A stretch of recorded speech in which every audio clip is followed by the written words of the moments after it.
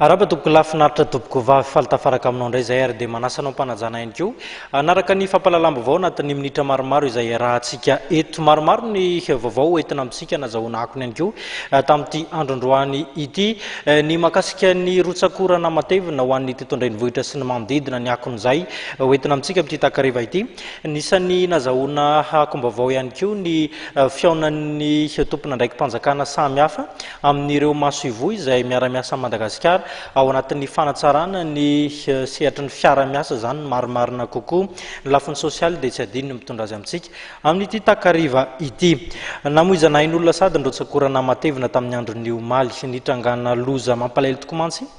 tetsy amin'ny fokontany miandro arivo ambandio maly ariva tokony ho tamin'ny nora sasany tany hoany tovavy kely iray vao 17 taona monja no namony ainy rehefa avy ny anjerany ny tambo.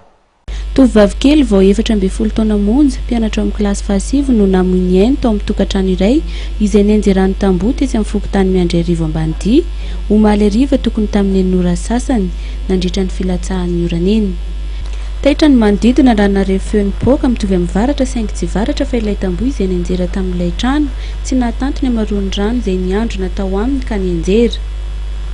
Izy sy zandry ny 7 taona no tao amin'ilay trano raha toa ka miasa alina ny rainy ary mbola tany an-tsena ny varotra ny reniny.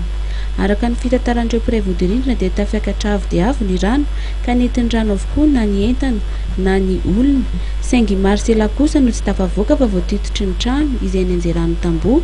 fa ny zandry no nentin'ny rano nivoaka ka avitra soamantsara. Zavatra nitranga teto zany tompoko dia nisy tamboho lava be iny tamboho iny dia lavaka kely zany ny tao dia tseko na voatototry zareo angamba le lavaka dia iny zao ny avin'le tamboho dia kay le rano zany efa nananika ny avin'ny tamboho iny dia tsy nazaka tsony le tamboho dia nirodana intelo nirodana zany io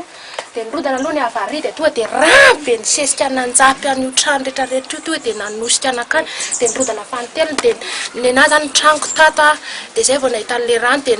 fimbinkiny zanako 3 volana sy 7 taona dia nety le rano nakany amin'ny voatambary any zay fa le ankizikely anankiroa tato ny voatototra tao dia le ray nety ny rano voaka dia terrivo azo moa ny tato voahidy tato tsy voahidy tsy afaka netsika izy le tato amin'ny efitrilany tato tsy afaka netsika fa tao niandry zay hiadonany tao fa nenahy zany le trano tsy voahidiko tsony fa tonga dia nitosaka anakao le rano dia nety le rano voaka daholo ny entana dia nanaraka le rano nakany zay dia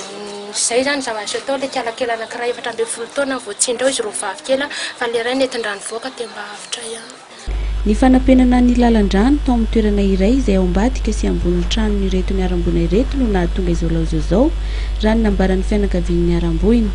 Nilaza kosa nefa ireo olona nampiasany lalana izay nisy ny lalan-drano teo aloha fa fandraisana andraikitra mahatondra drano ny tanàna misy azy ireo isaky ny fotoam-pahavaratra no antony nanamboarana ity lalana ity. Aloha zany zay koa ka mifepetra amin'ny fanandrify anay mba tsy ho tondra drano foana ny tranonay dia napakatra tohatra zay efa nianjera tamin'ny ataoko hoe 6 ans passé zay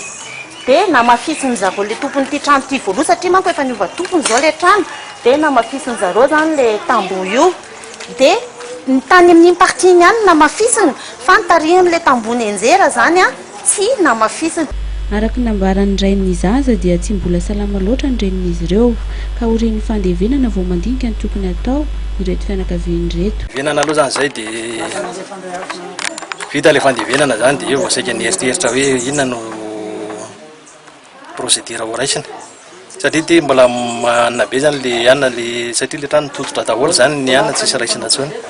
dia tamin'ny nenina sasany teo zany fa za zany tany ampiasana koa no natsona satria za miasa alina dia tamin'ny 2 alina zany vao tonga teta tokotrano dia le zanako efa any amin'ny asera. Araka ny nambaran'ireo fokon'olona dia adiny roa taorian'ny sehoan'ny loza vao hita ny fatin'ity tovovavy kely ity izay ny fokon'olona teo toerana ihany no nanao ny fikarohana.